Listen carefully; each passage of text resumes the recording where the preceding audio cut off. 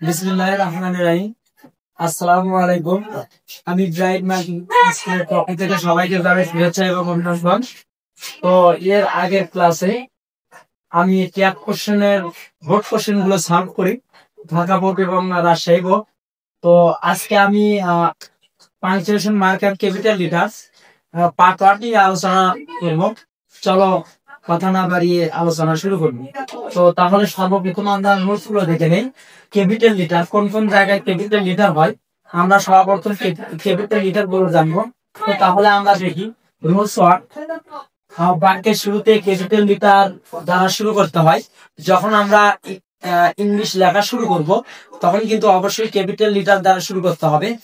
আর বিশেষ করে আবার বলছি যে এটা কিন্তু ষষ্ঠ থেকে দশম শ্রেণীর জন্য খুবই ইম্পর্টেন্ট, কারণ সবার জন্য এই পাংচুয়েশন মার্ক কিন্তু দরকার। তো সর্বপ্রথম যে রুলস এর কথা বলি, বাক্যের শুরুতে ক্যাপিটাল লিটার দ্বারা শুরু হয়। যখন আমরা ইংরেজি লেখা শুরু করব তখন কিন্তু অবশ্যই ক্যাপিটাল লিটার দ্বারা শুরু করতে হবে, অর্থাৎ বড় হাতের অক্ষর দ্বারা শুরু করতে হবে। তারপর আমরা দ্বিতীয় রুলস এর দিকে তাকাই। হ্যাঁ, প্রথম রুলস এর যেমন উদাহরণ হিসাবে আমি বলছি যে টিচিং ইজ নোবেল প্রফেশন। তো তাহলে আমরা যেহেতু ইংলিশ লেখা শুরু করলাম, যে অবশ্যই আমাদের প্রথম লিটারটা ক্যাপিটাল লিটার হতে হবে। তো অবশ্যই আমরা বাক্যের শুরুতেই আমরা ক্যাপিটাল লিটার দেব। এবার আমরা রুলস 2 দিকে যাই। Proper noun. হ্যাঁ, প্রপার নাউনটা কি? যে অর্থাৎ নির্দিষ্ট ব্যক্তি থাকতে পারে, বস্তু থাকতে পারে, স্থান থাকতে পারে, এগুলো হলো প্রপার নাউন।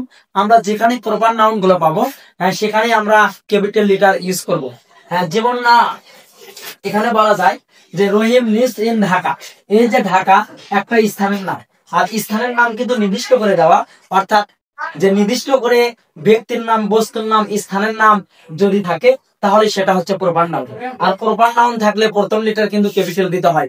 তো ঢাকা যেহেতু নির্দিষ্ট করে স্থানের নাম বোঝায়, সেহেতু আমাদের প্রথম লিটার কিন্তু ক্যাপিটাল হবে। তো তারপরে রুলস এর দিকে আমরা একটু তাকাই। রুলস 3, আই একটি প্রোনাউন, একটি বাক্যের যেখানেই থাকুক সেখানেই কিন্তু ক্যাপিটাল লিটার হয়। আমরা সেটা প্যারাগ্রাফের মধ্যে ইউজ করতে পারি, আমরা কম্পোজিশনের মধ্যে ইউজ করতে পারি, আমরা ডায়লগের মধ্যে ইউজ করতে পারি। আই আমাদের যেখানেই থাক সেখানেই আমরা ক্যাপিটাল লিটার দ্বারাই লিখবো, কখনো আমরা এটা ছোট হাতের অক্ষর দিয়ে লিখবো না। হ্যাঁ, তো এবার আমরা তাহলে উদাহরণটা দেখি যে how can I help you. How can I help you, কখনো এই আইটাকে আমরা ছোট হাতের লিখতে পারবো না, কারণ এখানে বলছে আই একটা প্রোনাউন, এই প্রোনাউনটা যেখানেই থাক সেখানেই কিন্তু বড় হাতের লিটার দ্বারাই লিখতে হয়। তো আমরা তাহলে দেখি পরের রুলসের দিকে দেখাই। রিপোর্টেড স্পিচ এর প্রথম লিটার ক্যাপিটাল হয়। আমাদের একটু ন্যারেশনের মধ্যে ঢুকতে হবে, যে ন্যারেশনের একটু ভাগ আছে, একটাকে বলি আমরা রিপোর্টিং ভাগ, আর একটাকে বলি আমরা রিপোর্টেড স্পিচ। যদি ইনভার্টেড কমার ভেতরে যেটা থাকে, ইনভার্টেড কমার ভেতরে যেটা থাকে সেটার নাম হলো রিপোর্টেড স্পিচ, আর ইনভার্টেড কমার বাইরে যেটা থাকে সেটার নাম বলি আমরা রিপোর্টিং ভার্ব। মানে সেইটা অবশ্যই কিন্তু রিপোর্টিং ভার্ব, আর ইনভার্টেড কমার ভেতরে আছে কিন্তু রিপোর্টেড স্পিচ।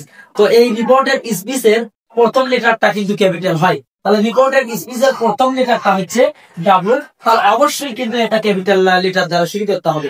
এটা আমরা সূত্র বুঝলাম যে অবশ্যই ইনভার্টেড কমার ভেতরে, ইনভার্টেড কমার ভেতরে যেটা থাকবে সেটার নাম হলো রিপোর্টেড স্পিচ, আর রিপোর্টেড স্পিচের প্রথম লেটারটা কিন্তু ক্যাপিটাল হয়। তো আমরা তাহলে অবশ্যই আমরা চিনতে পারলাম যে রিপোর্টেড স্পিচ কোনটা। এবার আমরা রুলস 5 এর দিকে তাকাই। সংবাদপত্র, ধর্মগ্রন্থ, সাগর, মহাসাগর, নদী, পাহাড়, পর্বত, বড় ভবন ইত্যাদি নামের পূর্বে কিন্তু ক্যাপিটাল লিটার দ্বারা শুরু হয়। তো তাহলে আমরা দেখি যে বলা হচ্ছে সংবাদপত্র, ধর্মগ্রন্থ, সাগর, মহাসাগর, নদী, এগুলো যদি থাকে তাহলে ক্যাপিটাল লিটার দ্বারা শুরু করতে হয়। তাহলে আমরা উদাহরণের দিকে যাই। দা ডেইলি স্টার, দা ডেইলি স্টার, হ্যাঁ এটা একটা সংবাদপত্রের নাম। তারপর আমরা বলি দা হোলি কোরআন, দা হোলি কোরআন এটা একটা ধর্মগ্রন্থের নাম। হ্যাঁ, অবশ্যই কিন্তু ধর্মগ্রন্থ থাকতে পারে, যে সংবাদপত্র থাকতে পারে, সাগর থাকতে পারে, মহাসাগর থাকতে পারে, নদী থাকতে পারে, পাহাড় পর্বত থাকতে পারে। এগুলো যেখানেই আমরা খুঁজে পাবো, সেটা যেটাই হোক, কম্পোজিশন হোক, প্যারাগ্রাফ হোক, বা ডায়লগ হোক, বা লেটার, ইমেল, যেখানেই হোক সেখানেই আমরা বড় হাতের লিটার দ্বারা লেখা শুরু করবো। তো এবার আমরা এটা অবশ্যই বুঝলাম। এবার রুলস 6, বার, মাস, দিন এবং ঐতিহাসিক ঘটনার প্রথম প্রথম কিন্তু যে অর্থাৎ লিটারটা কিন্তু ক্যাপিটাল হয়, প্রথম লিটারটাই কিন্তু ক্যাপিটাল হবে। যে যদি বা থাকে, মাস থাকে, দিন থাকে, ঐতিহাসিক কোনো ঘটনা থাকে, তাহলে প্রথম লিটারটা ক্যাপিটাল লিখতে হবে। যেমন আমি বলতে পারি এখানে ফ্রাইডে, ফ্রাইডে, ফ্রাইডে একটা কিন্তু বা, তো তাহলে আমাকে এখানে কিন্তু কখনো ছোট হাতের উপর দিয়ে লেখা যাবে না, অর্থাৎ আমাদের প্রথম লিটারটা কিন্তু ক্যাপিটাল করতে হবে। যদি আমি এখানে আসি যে মাস, যে আমি একটা মাসের নাম বলছি, যেমন জানুয়ারি লিখলাম, জানুয়ারি, জানুয়ারি, এই যে প্রথম লিটারটা কি দিলাম, বড় হাতের লিটারটা দিলাম। কারণ যদি দিনের নাম থাকে, মাসের নাম থাকে, হ্যাঁ, আর একটা যে ঐতিহাসিক কোনো ঘটনা থাকে, তাহলে অবশ্যই প্রথম লিটারটা কিন্তু বড় হাতের দিতে হবে। তো তাহলে আমরা এটা অবশ্যই বুঝতে পারলাম। এবার আমরা দেখি রুল 7 উপাধি ও তাদের এব্রিভিয়েশন, অর্থাৎ সংক্ষিপ্ত নামের পূর্বে, অর্থাৎ সংক্ষিপ্ত নাম যেখানে থাকবে সেখানে কিন্তু আমাদের অবশ্যই বড় হাতের লেটারটা কিন্তু লিখতে হবে। আমরা সংক্ষিপ্ত নাম যেখানে পাবো সেখানে কিন্তু আমরা বড় হাতের উপর লিখবো। যেমন এখানে দেওয়া আছে রহিম ইজ এম এ, এখানে বলা হচ্ছে এম এ, কারণ যে অবশ্যই কোশ্চেনে এটা থাকবে যে এম এ এভাবে থাকবে, তো তাহলে আমাদের অবশ্যই বড় হাতের লেটারটা দ্বারা লেখা শুরু করতে হবে, পাংচুয়েশন করতে হবে। হ্যাঁ, তারপরে থাকতে পারে শুধু এম এ না, এখানে বি এ থাকতে পারে, বি এ থাকতে পারে, তাহলে অবশ্যই এই অ্যাপ্লিকেশনে কিন্তু প্রথম লেটারটা কিন্তু ক্যাপিটাল লিখতে হবে। তারপরে আরো থাকতে পারে, যেমন এস এস সি থাকতে পারে, জি এস সি থাকতে পারে, পি এস সি থাকতে পারে, এই অ্যাপ্লিকেশন যতগুলো আমরা পাবো, তা এর প্রথম অক্ষর কিন্তু ক্যাপিটাল লিখতে হবে। তো আমরা এটা বুঝতে পারলাম। এবার আমরা দেখি যে রুলস 8 চিঠিপত্রের যে সম্বোধন করতে ক্যাপিটাল লিটার হয়।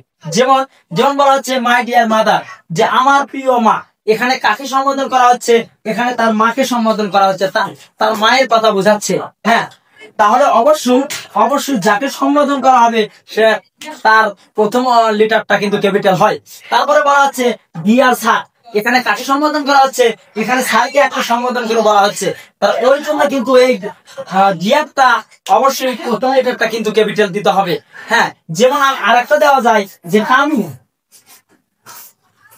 কামিং রাজু, বা Raju come here, Raju come here, Raju come here, come here, Raju এখানে আসো। তাহলে এখানে কাকে সম্বোধন করা হচ্ছে, রাজুকে সম্বোধন করা হচ্ছে। তাহলে এই যে রাজুকে সম্বোধন করা হচ্ছে, রাজুর প্রথম লিটারটা অবশ্যই ক্যাপিটাল লিটার দ্বারা শুরু করতে হবে। তারপরেও আমরা কিন্তু জানি যে প্রোপার নাউন যদি থাকে, প্রোপার নাউন অবশ্যই আমরা বুঝি যে ব্যক্তি, বস্তু, অর্থাৎ নির্দিষ্ট করে যদি ব্যক্তি বোঝায়, বস্তু বোঝায়, যদি স্থান বোঝায়, তাহলে কিন্তু প্রোপার নাউন হয়ে যায়। আর প্রোপার নাউন আমরা যেখানেই পাবো সেখানে কিন্তু বড় হাতের লিটার দ্বারা লেখা শুরু করবো। হ্যাঁ, যে প্রোপার নাউন আমরা পাইলাম, তারপরে যদি আমরা ছোট হাতের লিটার দ্বারা লেখা শুরু করি তাহলে কিন্তু ওটা ভুল হয়ে যাবে। তো তাহলে আমরা এখন আমরা কোথায় কোথায় ক্যাপিটাল লিটার বসে এটা কিন্তু আমরা বুঝতে পারলাম। আমাদের প্যাসেজ থেকে অবশ্যই টার্গেট রাখতে হবে যে কোন কোন জায়গায় ক্যাপিটাল লিটারটা হবে। হ্যাঁ, যে যে জায়গায় ক্যাপিটাল লিটারটা বসে আমরা ওই জায়গাটা সঠিকভাবে ব্যবহার করতে না পারি তাহলে আমাদের পরীক্ষায় মার্ক কাটা যাবে। হ্যাঁ, এটা কিন্তু বলছি আবার যে ষষ্ঠ থেকে দশম শ্রেণী পর্যন্ত সবার জন্যই কিন্তু এটা গুরুত্বপূর্ণ। এবার আমরা দেখি ফুল স্টপ, কোথায় কোথায় ফুল স্টপ বসতে পারে। হ্যাঁ, আমরা জানি যে কোন কোন ক্ষেত্রে ফুল স্টপ বসে। আমরা জানি যে বাক্যের শেষে কিন্তু একটা পূর্ণ বাক্যের শেষে কিন্তু একটা ফুল স্টপ বসে। তারপরে একটা বলা হচ্ছে যে অ্যাসার্টিভ, ইম্পারেটিভ, অবজেক্টিভ, এরপর কিন্তু ফুল স্টপ বসে। অ্যাসার্টিভ আমরা চিনবো কিভাবে, যে বলা হচ্ছে সাবজেক্ট থাকবে, ভার্ব থাকবে, অবজেক্ট থাকবে, তাহলে শেষে একটা কিন্তু ফুল স্টপ। যেমন বলা আছে, যেমন বলা হয় Rahim is a good boy, Rahim is a good boy, তাহলে এখানে আমরা পেলাম যে সাবজেক্ট পেলাম, ভার্ব পেলাম, অবজেক্টও আমরা যখন পাইছি তাহলে অবশ্যই সেটা যখন একটা ফুল স্টপ আছে তাহলে নিজেরাই বলতে পারতেছিল যে না এটা কিন্তু অ্যাসার্টিভ সেন্টেন্স, আর অ্যাসার্টিভ শেষে কিন্তু একটা ফুল স্টপ আছে। তো তারপরে যদি আমরা দেখবো ইম্পারেটিভ সেন্টেন্স, আর ইম্পারেটিভ সেন্টেন্সের শেষেও কিন্তু একটা ফুল স্টপ বসে। আর অবজেক্টিভ সেন্টেন্স, এই অবজেক্টিভ সেন্টেন্সের শেষেও কিন্তু একটা ফুল স্টপ বসে। তাহলে অ্যাসার্টিভ, ইম্পারেটিভ, অবজেক্টিভ এই এরপর কিন্তু সাধারণত ফুল স্টপ বসে। হ্যাঁ, এবার বলা হচ্ছে সংক্ষিপ্ত শব্দের পর ফুল স্টপ পদ, যদি কোনো সংক্ষিপ্ত শব্দ থাকে, এর আগে আমরা ক্যাপিটাল লিটার গুলো পড়লাম যে সংক্ষিপ্ত শব্দ যদি থাকে তাহলে প্রথম লিটারটা কিন্তু ক্যাপিটাল হয়। হ্যাঁ, প্রথম লিটারটা কিন্তু ক্যাপিটাল হয়। এর আগে আমি বুঝে দিলাম, যেমন বি এ দিয়ে বুঝে দিলাম, এম এ দিয়ে বুঝিয়ে দিলাম। হ্যাঁ, এগুলো সবগুলো কিন্তু একটা এব্রিভিয়েশন, একটা কিন্তু সংক্ষিপ্ত শব্দ। আর এই সংক্ষিপ্ত শব্দ থাকলে যে এই লিটার গুলো কিন্তু ক্যাপিটাল করতে হবে। আর এখানে এখানে যেটা বলছে যে সংক্ষিপ্ত শব্দের পর যদি সংক্ষিপ্ত শব্দ থাকে তাহলে অবশ্যই আমাকে ফুল স্টপ বসাতে হবে। তো এখানে সংক্ষিপ্ত শব্দ যেমন দেওয়া আছে বি, তারপরে আমাকে কিন্তু একটা ফুল স্টপ দিতে হবে, দিয়ে তারপর আমি দিলাম এ। অর্থাৎ যে আমরা এটা দিলেই বলতে পারি যে সংক্ষিপ্ত শব্দের পর অবশ্যই কিন্তু একটা ফুল স্টপ বসে। হ্যাঁ, যেমন এখানে দিয়ে রাখছি দা ইউএসএ, তাহলে ইউএসএ, তাহলে বলা হচ্ছে এটা কিন্তু একটা সংক্ষিপ্ত নাম, তার মাঝে কিন্তু ফুল স্টপ বসবে। তো আমরা কিন্তু অবশ্যই কিন্তু বুঝতে পারলাম যে ক্যাপিটাল লিটার কোন কোন জায়গায় বসে আর ফুল স্টপ কোথায় কোথায় সাধারণত বসে। আমাদের কিন্তু খেয়াল রাখতে হবে অ্যাসার্টিভ, ইম্পারেটিভ আর অবজেক্টিভ। অ্যাসার্টিভ, ইম্পারেটিভ আর অবজেক্টিভ এই তিনটা ক্ষেত্রে মাস্ট একটা ফুল স্টপ বসবে। যদি কেউ ফুল স্টপ ওখানে না দেয় তাহলে তার ওই সেন্টেন্সটাই তার ভুল হয়ে যাবে। তো আমাদের এই বিশেষ এই জিনিসগুলো অবশ্যই মাথায় রাখতে হবে। আমরা প্যারাগ্রাফ লিখি, কম্পোজিশন লিখি, ডায়লগ লিখি, বা আমরা প্যাসেজ থেকে কোনো অ্যান্সার লিখি। হ্যাঁ, এই জিনিসগুলো কিন্তু আমাদের মাথায় রাখতে হবে। তারপরও গ্রামার থেকে অবশ্যই পাংচুয়েশন মার্ক নামে যে একটা টপিক আছে, এই টপিক থেকে কিন্তু 5 মার্ক 5 মার্ক কিন্তু বরাদ্দ। আর এটা যদি সুন্দরভাবে পারা যায় সহজেই কিন্তু 5 মার্ক কিন্তু পাওয়া যায়। যে বিশেষ করে যারা এসএসসি পরীক্ষা দেবে তাদের সামনে তো টেস্ট পরীক্ষা, আসলে এটা কিন্তু কঠিন একটা টপিক না, এটাও কিন্তু একটা ইজি একটা টপিক, সহজেই কিন্তু 5 মার্ক পাওয়া যায়। তো এরপরে আমি অবশ্যই পার্ট 2 নিয়ে আলোচনা করব, কারণ আমি পার্ট 1 পর্যন্ত ফুল স্টপ পর্যন্ত আলোচনা করছি। এবার পার্ট 2 থেকে কমা থেকে আলোচনা শুরু হবে। তো এই বলে আমি ক্যাপিটাল লিটার এবং পাংচুয়েশন মার্কের আলোচনা শেষ করছি।